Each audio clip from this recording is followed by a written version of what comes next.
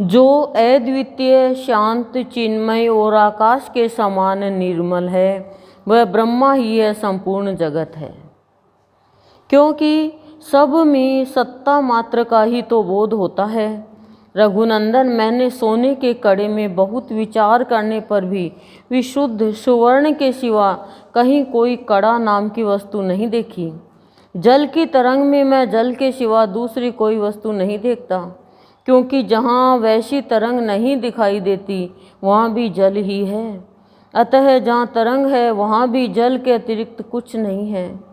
वायु के अतिरिक्त कभी कहीं भी स्पंदन यानी गतिशीलता नाम की कोई वस्तु नहीं है। स्पंदन सदा वायु रूप ही है। अतः इन दृष्टांतों के अनुसार यह जगत भी ब्रह्मा से भिन्न नहीं है। जैसे आकाश में शून्यता है, मरुभूमि में ताप ही जल है और प्रकाश में सदा तेज स्थित है, उसी प्रकार ये तीनों लोक पर ब्रह्म परमात्मा ही है। कि तीनों लोकों के बारे में बताया है कि परमात्मा के अलावा यहाँ पर कुछ भी नहीं है। जड़ में भी वो है तो चेतन में भी वो है, लेकिन हमारे अंदर वो ज्ञान की दृष्टि नहीं है, इसलिए हम देख नहीं पाते हैं। यदि हमारे पास में वो ज्ञान की दृष्टि हो, वो चश्मा हो, तो फिर हमारा जीवन बहुत सुंदर हो जाए। सबसे पहले तो हमें ये आभास होने लगेगा कि 2 दिन की जिंदगी है मेरी। मैं कुंभला के नहीं जाऊं, मुरझा के नहीं जाऊं, मैं खिलता हुआ रहूं। हर रिश्ते में मिश्री के जैसा मिठास घोल के जाऊं। ये नहीं सोचे फिर वो कि दूसरा घोले मिश्री जैसी मिठास, वो स्वयं आगे बढ़े। हमारी एक ही सोच होती है कि हम दूसरों को सुधारने की कोशिश करते हैं और हम समझने की भी कोशिश नहीं करते हैं और भगवान से बहुत दूर हो जाते हैं। सोचो, जब शादी होती है, पति पत्नी होते हैं, जब एक बिछुड़ जाता है तो उसकी कमी का कितना एहसास होता है। बहुत एहसास होता है, पर जीते जी लड़ते भिड़ते रहते हैं पशुओं की जैसे। कोई कद्र नहीं है रिश्तों की, एक दूसरे का खाली वो निभा रहे हैं फॉर्मेलिटीज। 2 दिन की जिंदगी, बस ज्ञान की दृष्टि नहीं है इसलिए करते हैं ऐसा। 2 दिन की जिंदगी, एक जो बिछुड़े हैं उनसे पूछो, बीच मझधार में जिंदगी डूबी है, उनसे पूछो क्या जिंदगी है। पति सोचता है मैं घर का मालिक हूँ, पत्नी सोचती है मैं घर की मालकिन हूँ, लेकिन गृहस्थी के 2 पहियों से गाड़ी चलती है, एक पंचर है तो कैसे चलेगी। तो वो सब ब्रह्मा है, हर चीज में भगवान का अस्तित्व है, पर उसको हम देख नहीं पाते हैं और तभी हमसे हमारे ही जीवन में नुकसानदायक कार्य हो जाता है और हानि में चले जाते हैं। किसको कहते हैं हम? हमारे जो दिल का दर्द है वो कौन है सुनने वाला? सिर्फ एक ही है, साथी, एक ही है, पर हम नहीं जान पाते हैं, समझ नहीं पाते हैं। तो समझो, जीवन को समझो, समझाने की कोशिश मत करो, खुद समझो। यही इसमें बताया है कि हर, जैसे कह रही हैं बंध्या पुत्र के समान इसकी कभी उत्पत्ति हुई ही नहीं, सब ब्रह्मा ही है, शाश्वत है, सनातन है। बांझ की कभी संतान नहीं होती है, ऐसी इसकी उत्पत्ति नहीं हुई, तो है ही सदा से। तो यही कहना चाह रहे हैं कि जो अद्वितीय यानी कोई दूसरा उसके बराबर है ही नहीं, सब एक है। एको हम बहुश्यामी, ब्रह्मा से उत्पन्न हुए हैं हम। शांत है, चिन्मय है, चेतन है वो और शांत है। शांत का मतलब ये थोड़ी है कि बस हमारे मन की इच्छा हो गई हम शांत हैं। अशांति की, क्रोध की अवस्था में भी हम शांत रहे। हमें तो क्या, एक बार जैसे कह दिया कि ये काम कर दे, 10 मिनट भी लेट हो गई तो हम तो पता नहीं क्या अपने आप में बन जाते हैं। बोलो, है हमारी ऐसी हालत। और बेचारा वो आदमी कुछ ही नहीं बोलता, हम ही करते रहते हैं उसको परेशान। वो चिन्मय है, वो ब्रह्मा। सरस्वती भी ब्रह्मा से नाराज हो गई थी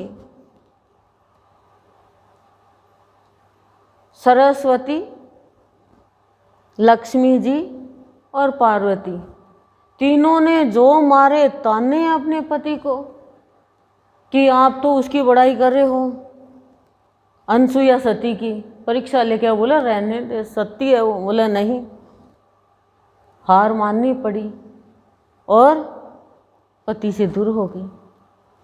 शिक्षा नहीं लेंगे इससे, बस अनसुईया सती का एक टॉपिक है, यही मान लिया हमने। वो तो एकदम शांत है, एकदम शांत, हर स्थिति में। शांति का मतलब ये थोड़ी है कि हमें भूख भी लग रही है तो हम ये कहना ना कोई बात नहीं, कोई बात नहीं, नहीं। सही काम पे सही है तो सही है, गलत काम पे गलत है तो गलत ही है। शांति का मतलब ये नहीं कहीं गलत देख रहे हैं और उसमें भी हम चुपचाप बैठे रहें। भगवान ने मनुष्य को भावना दी है कि मनुष्य स्वयं स्ट्रगल करे, वो दूसरों के भरोसे बैठा रहेगा तो भगवान कह रहा मैं कब तक उसकी सहायता करूँगा। खुद के अंदर विवेक है मनुष्य के अंदर कि वो अपने विवेक का इस्तेमाल करे, वो अपने विवेक का इस्तेमाल करे। आज मैं मान लो समझाने की कोशिश नहीं कर रही हूँ, मजबूरी भी आ जाती है हमारी गृहस्थी में, लेकिन ऐसी मजबूरी क्यों आए कि हमारे सत्संग चल रहा है, सत्संग का टाइम हमारा मेन जीवन का विशेष हिस्सा है, उस समय हमारा सत्संग का टाइम इधर उधर नहीं हो, ये विशेष हिस्सा है हमारा। समझाने की बात नहीं है, ये जीवन में विवेक जगाने की बात है कि सत्संग का टाइम है हमारा, बस सत्संग का टाइम है। और फिर बैंक का टाइम होता है, उसके बाद में कोई रुपए नहीं निकलवा सकता। और टाइम होता है, लंच टाइम होता है, सुबह ब्रेकफास्ट का भी होता है, फिर बंद करने का और खोलने का टाइम होता है। वही ये सत्संग है, यहाँ पर हम अपनी कमाई करते हैं, जमा करते हैं। वो टाइम तो टाइम है, उस टाइम में हेर फेर क्यों करते हैं? जब भी करते हैं जब या तो शादी होती है या कोई मर जाता है तभी करते हैं, फिर भी कितना करते हैं हम। तो ये जो है समय, ये समय यदि हमारा ऐसा चला जाएगा, हमारा परिवार है, हमारी गृहस्थी है, हम बीमार भी हो जाते हैं, कई बार कुछ काम भी हो जाता है, लेकिन इस समय का विशेष ध्यान रखना होगा। 5 मिनट भी लेट आए हैं तो प्रार्थना तो गई। 2 दिन से देख रही हूँ मैं, अब 5 मिनट पहले आ जाओ तो कोई नुकसान थोड़ी है, लेकिन नींद उठने नहीं देती। 5 मिनट पहले आओ, सामने वाले से बात करे, और अगर बस जिम्मी जूठी कुर्ला किया और गई, ये कर रखा है। 2 मिनट आके बात करे, हे प्रभु जल्दी उठाओ, हे प्रभु क्यों नहीं आ पा रही हूँ, सारी चीज़ लो, हर तरीके की और सामग्री खानी है हमें। तो लास्ट में तो सब्जी पूड़ी बचेगी, वो भी बचे तो बचे नहीं, पानी डाल देंगे सब्जी में। हालांकि यहाँ तो ऐसा नहीं मिलेगा, वो चेतन है, चेतना है उसमें, वो कभी भी जड़ में नहीं जाता है। और आकाश के समान निर्मल है, आकाश एकदम निर्मल पवित्र, वहाँ कुछ भी नहीं है, ऐसा निर्मल। ईश्वर की महिमा बताइए, जगत की तो असत्ता बता दी कि जगत वह सत्य है, और ब्रह्मा से उसकी अभिन्नता का प्रतिपादन कि ब्रह्मा से उस एक रूप होने की उत्पत्ति, वह ब्रह्म ही यह संपूर्ण जगत है। हर जगह ब्रह्मा है, ब्रह्मा से ही सब पैदा हुए हैं, क्योंकि सब में सत्ता मात्र का ही बोध होता है। रघुनंदन, मैंने सोने के कड़े में बहुत विचार करने पर भी विशुद्ध सुवर्ण के सिवा कहीं कोई कड़ा नाम की वस्तु नहीं देखी। सोने से कड़ा बना है, लेकिन सोना ही सोना है, सब पूरे में कड़े में चूड़ी देख लो, सोना ही सोना है, कहीं पर भी कुछ सोने के अलावा कुछ भी नहीं है इसमें। ऐसे ही प्राणी के रोम रोम में ब्रह्म तत्व विद्यमान है, लेकिन उस ब्रह्म तत्व को प्रकट करने के लिए बाबा ने बताया है कि मंथन करना पड़ेगा। जैसे मक्खन को निकालने के लिए मथना पड़ेगा, नहीं है उसके अंदर, ऐसे हर प्राणी के अंदर ब्रह्म तत्व है, लेकिन उसको प्रकट करने के लिए मंथन करना पड़ेगा, चिंतन करना पड़ेगा, मनन करना पड़ेगा। जैसे किसी ने कोई बात कह दी, कितना चिंतन करते हैं, और चिंतन के साथ चिंता करते हैं। कई दिनों तक तो पीहर जाके आती है तो लड़की के बात याद रहती है, मम्मी ने ये कहा, पापा ने ये कहा, भाई ने ये कहा, इसने ये कहा।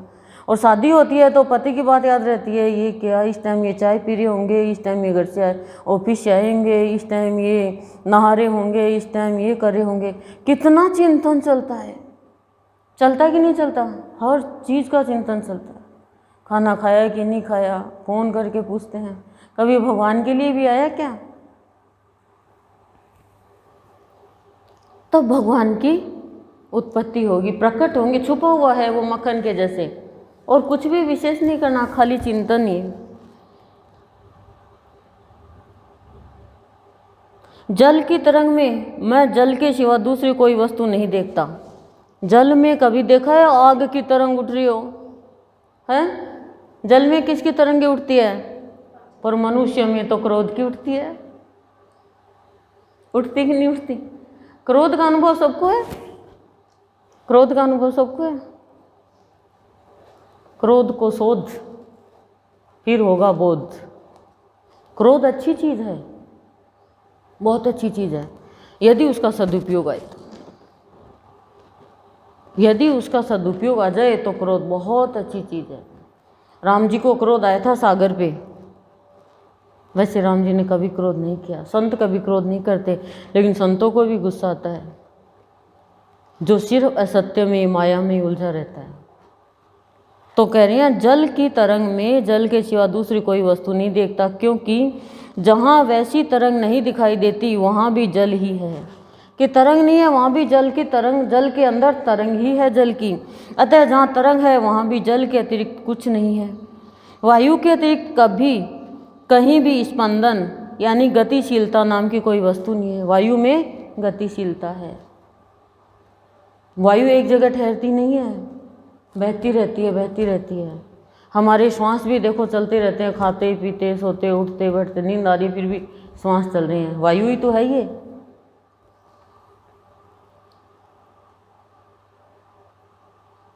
स्पंदन सदा वायु रूपी है। अतः इन दृष्टांतों के अनुसार यह जगत भी ब्रह्मा से भिन्न नहीं है, कि ये भी वायु रूप में भी ब्रह्मा है, जल रूप में भी ब्रह्मा है, आकाश रूप में भी ब्रह्मा है। सब ब्रह्मा का ही निर्माण किया हुआ है, स्वयं उसमें विद्यमान है। जैसे आकाश में शून्यता है, मरुभूमि में ताप ही जल है और प्रकाश में सदा तेज स्थित है, उसी प्रकार ये तीनों लोक पर ब्रह्म परमात्मा ही है। कि जैसे 5 तत्वों में 500 तत्व के गुण हैं, उसी विशेषण है, ऐसे ही पर ब्रह्म परमात्मा तीनों कालों में, तीनों युगों में, सब में वो ही है। हर चीज़ में वो विद्यमान है। जैसे वो ध्रुव को गुरु पढ़ा रहे हैं, तो गुरु ने क्या कहा कि सब जगह भगवान है। गुरु ने खुद ने भी नहीं देखा था। तो नारियल फोड़ के लाओ जहाँ पर भी भगवान नहीं है, सब शिष्य फोड़ लाए, कोई अंधेरे में जाकर, कोई छुप के, लेकिन ध्रुव नहीं फोड़ के लाया। क्यों? क्योंकि उस गुरु ने कह दिया तो उसको सब जगह भगवान दिखने लग गए। ऐसे हर जगह भगवान है, पर हमें इसलिए नहीं दिखाई देते हैं कि अभी हमने मंथन नहीं किया है।